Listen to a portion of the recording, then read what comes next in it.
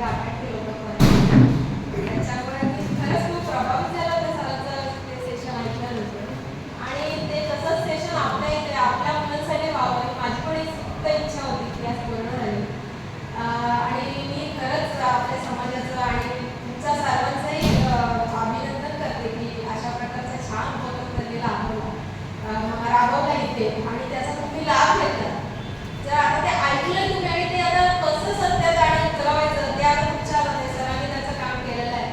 आता ते आपण किती त्याच्याबद्दल काम करणार किंवा त्याचं सांगितलेलं ऐकणार ते सगळं आपल्या हातात आहे. आणि कसा आपण अभ्यास करणार आता आपल्याला माहितीच नाही की आपली कॅपॅबिलिटी किती आहे आणि आपण किती केपेबल आहोत ते सगळं करण्यासाठी. आणि आपण शिक्षण घेतोय आता सध्या 10वी असो 12वी असो किंवा ग्रॅज्युएशनची मुलं आहेत तिथे बसलेली इंजिनिअरिंगचे आहे डिप्लोमाचे आहे डिग्रीचे आहे. तर त्यांना सगळ्यांना माझं एकच मत आहे की आपण त्याच्यातच संतुष्ट न राहता 10वी 12वी किंवा याच्या पुढे की आता नाही आता माझं ग्रॅज्युएशन झालं आहे की आता मी कंपनीमध्ये जॉब करणार. तर सरांचा तो कल आहे की माझ्या या कोकणातील मुलं ही फक्त कुणासाठी राबण्यासाठी नाही तर त्यांनी स्वतःच्या पायावर उभं राहून आपल्या सरकारसाठी सरकारी नोकरी ज्या आहेत त्या संधीमध्ये उतरून त्या संधीचा लाभ घेणं हे माझ्या मुलांनी करावं अशी त्यांची इच्छा आहे की आपण तिथपर्यंत पूर्ण करू.